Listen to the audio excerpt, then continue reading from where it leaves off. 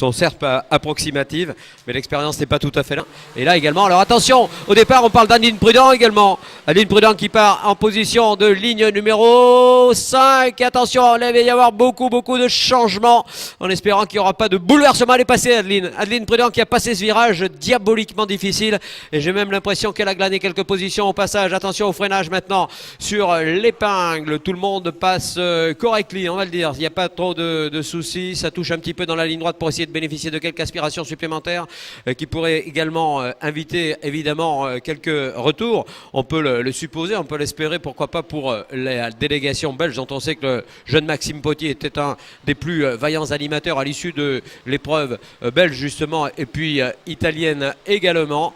Ah, superbe, hein, le comportement me paraît légèrement différent par rapport à hier. On regarde devant, on regarde derrière et puis on essaie de s'inspirer évidemment de ce qu'on a vécu de manière à pouvoir appliquer des recettes. Et la recette est bonne, ouais, elle aurait pu l'être pour l'attaque pour le premier tour à la corde. Ça n'est pas passé, donc on va rester comme ça. Un pointage très important. Magnus, Bessler plutôt, Beck, Aaron. Magnus qui a reculé de quelques places, Adeline qui est remontée de 4 crans sur la phase de départ. Oh, et attention, il peut y avoir encore des chamboulements. Alder c'est derrière, Tolfo est pas mal, Poti a perdu 2 crans, Grosbenski est également dans la lutte, mais loin des positions qu'il aurait pu afficher, légitimé par ce qu'il avait déjà présenté d'efficacité pure, alors que devant, on regarde ce qui se passe avec la 6e position d'Adeline Prudent, semble-t-il, on aurait perdu donc un cran par rapport à ce qui était énoncé tout à l'heure. En tout cas, l'énoncé de ce classement situe un leader. Bessler est-il capable de creuser l'écart, le jeune Bessler? Ça n'est absolument pas évident, en tout cas pas apparent, et en tout cas pas réel. 14 tours, c'est long. Là, c'est un autre format par rapport au 7 qu'on a vécu jusqu'ici. C'est une course, c'est une phase finale.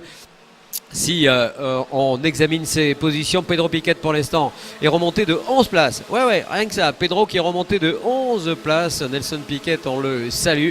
Et même 13 places maintenant. Il est en train de revenir comme un boulet. Et surtout, son objectif, c'est d'être au plus proche de Maxime Poti pour qu'il ne soit évidemment pas titré dès cette première épreuve. Attention à Grosbenski. Grosbenski qui fait le meilleur tour. On vous l'a dit, il partait loin. Ça n'était pas naturel de voir ce départ aussi lointain. Alors que devant la nature et celle de Beck, celle de gagneur. Bravo Gauthier. Gauthier qui a pris le leadership. Gauthier Beck qui maintenant mène la meute. Il est grand par la taille et grand par le talent, ce jeune garçon. Voilà, attention derrière Aaron qui a essayé d'aller talonner Bessler. On voit Adeline Prudent dans un bon groupe également. Adeline qui talonne Melgar qui était une des références du groupe.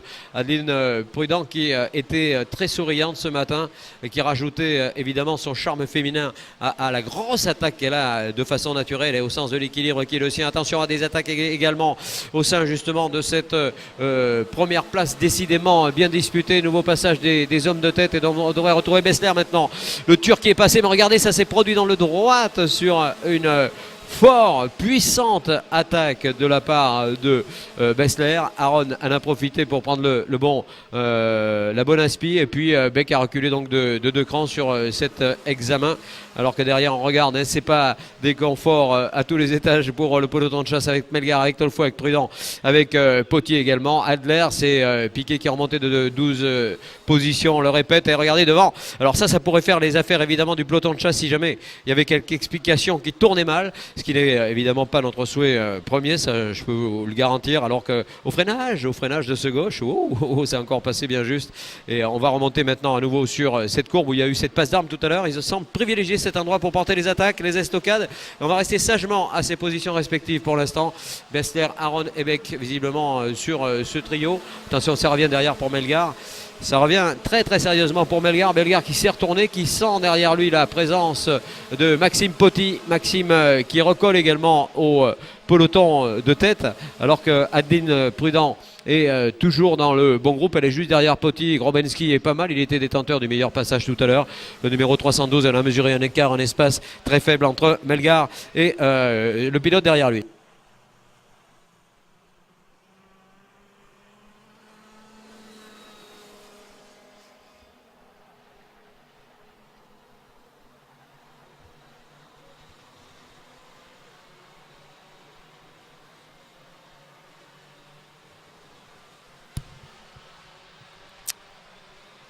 Oui, l'attaque, on la voit. Superbe. Oh, il s'en est fallu de très très peu naturellement. Aaron Bessler et Beck qui continuent de chiffonner là. Nouveau passage des hommes de tête. Beck a repris la deuxième position. On va essayer à l'extérieur. Allez, pourquoi pas pour Gauthier. Et ça permet, attention à Maxime Poty et surtout à Melgar de recoller.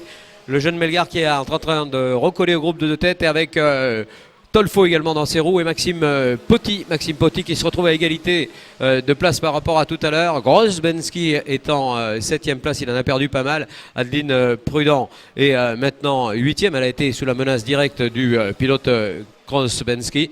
Et passage du groupe de tête. Passage du groupe de tête avec cette rivalité qui va se faire à 5 et non plus à 3. Allez, on va la jouer à 5 comme au tarot là, mais bien sûr, et la pioche risque d'être meilleure pour les uns que pour les autres.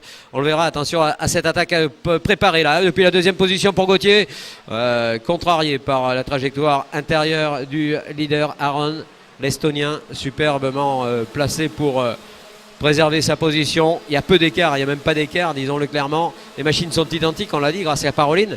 Hop, hop, une petite touchette à l'arrière, et ça permet un autre changement, visiblement un autre changement dans les classements maintenant, et ça va chauffer, hein. J'ai bien l'impression que le ton est monté d'un cran et que Gauthier passerait seulement en 4e position maintenant. À minima, il s'agit là d'une course très disputée et à la réalité des faits, je pense qu'il s'agit tout simplement d'une immense complexité justement de pouvoir aller jusqu'au bout. Où en est notre amie Adeline Prudent? On la voit passer en 7e position. Elle est donc dans le bon groupe. Pas de souci. Wow! Et il peut y avoir des trucs. Voilà déjà une petite touchette et des places de perdu. Et ça profite à Beck qui prend la 3e position juste avant l'amorce maintenant de ce dernier freinage avant la ligne d'arrivée. On arrondit les trajectoires comme on nous l'a expliqué. Et Beck va pointer 3e en effet sur l'examen de ce parcours et même second. Ah là là, superbe Gauthier. Gauthier qui a pris la 2e position. Et derrière ça chauffe pour Bessler Beck. Ouais, 3e, c'est bien ce qui m'était apparu. 3e pour Beck, Bessler 4e. Et là ça change. Wow! Et on va éjecter un petit peu de sa trajectoire idéale celui qui était tout à l'heure bien positionné. Mince alors, de qui s'agit-il? Je pense que c'est une explication entre Aaron et Bessler. Voilà, on allume un petit peu les roues sans trop de gravité, alors qu'on a vu que Adeline Prudent au cœur du peloton venait d'être très directement menacé par le concurrent Grobensky, Adler également, quelques-unes des fines lames et Piquet qui reste pour l'instant en 10e position.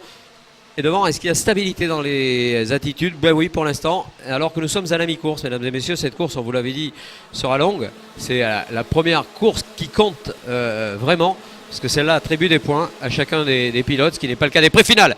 Ah, très très belle attaque de notre ami devant Gauthier Beck. Belle attaque de Gauthier Beck qui vient de reprendre le leadership. Belle attaque, hein, sans coup férir avec brio. Il a passé Melgar qui avait pris la tête des opérations.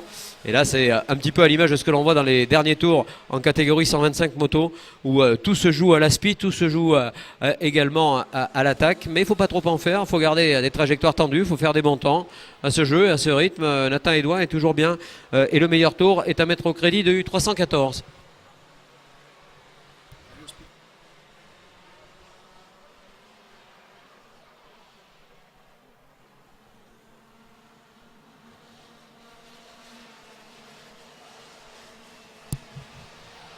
La première position de Melgar, Beck 2, Bessler 3.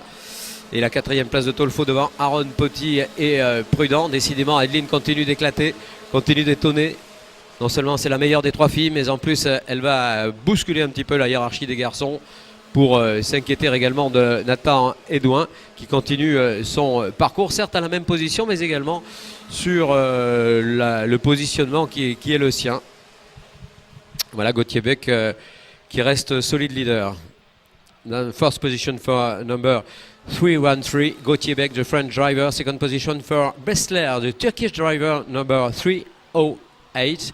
Third position for Melgar, the Spanish driver, number 322. C'est le classement du top 4 dans ce groupe.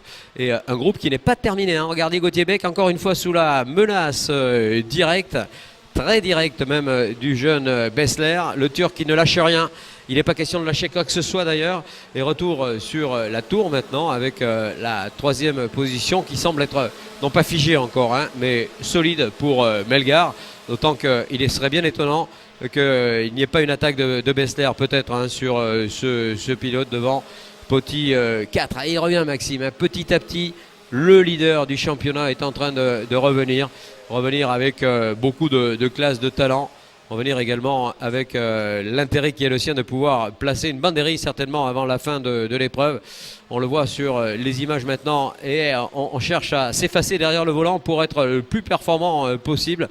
Mais pour l'instant, cela se solde par un maintien, certes en première position, mais de manière un peu plus délicate que tout à l'heure, semble-t-il. Attention à l'amélioration de Grobensky qui a passé Adeline Prudent tout à l'heure. Grobensky qui pourrait être au crédit du meilleur tour. C'est le 314 qui a réalisé le meilleur tour, on le répète. Remember, number 1-4 for the quickest lap during this race. It's a race, remember, that it's simply something to win the championship this year. Et ça se connaîtra et reconnaîtra tout à l'heure sur l'examen de la course 2. J'espère qu'il va falloir attendre et on fait nos comptes un peu pour voir où l'on est. Et ça n'est pas joué, nous dit Olivier Seb. Tant mieux, on aimerait bien attendre la phase finale. Voilà le classement au championnat. Il faut qu'il ait 50 points de gap, d'espace à son avantage pour être déjà titré à l'issue de cette manche. Ce n'est pour l'instant pas le cas. Et bien sûr, on se chiffonne hein, chez les Becs. On doit être un petit peu tendu, j'imagine.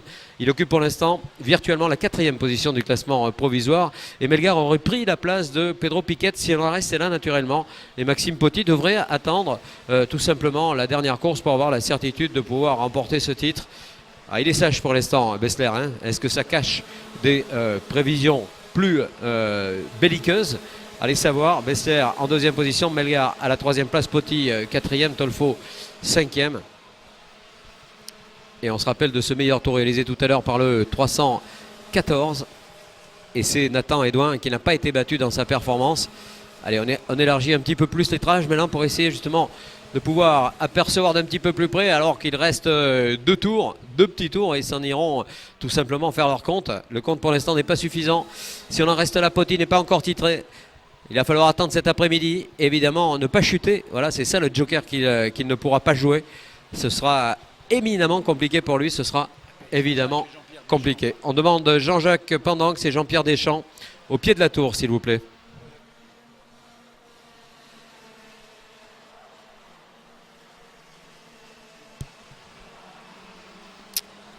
Attention à ce dernier tour, mesdames et messieurs. C'est parti. Allez, c'est la guerre maintenant. Ah, c'est le moment ou jamais. Gauthier Beck qui se tourne à droite et à gauche.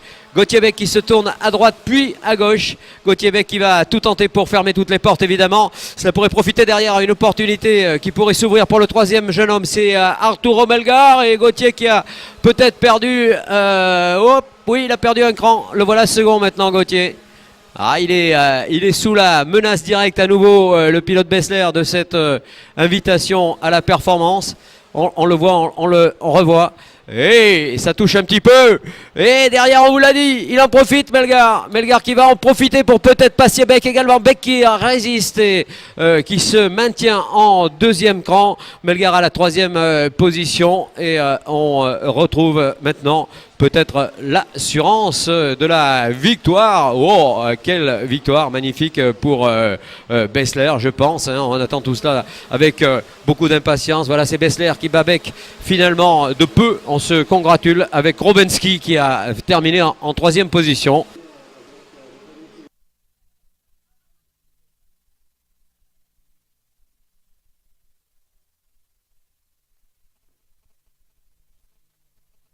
Dans quelques instants, cérémonie officielle du podium. Course 1 pour cette Académie Trophy. On va y retrouver 3 nationalités avec l'Espagne, avec la France et avec la Turquie.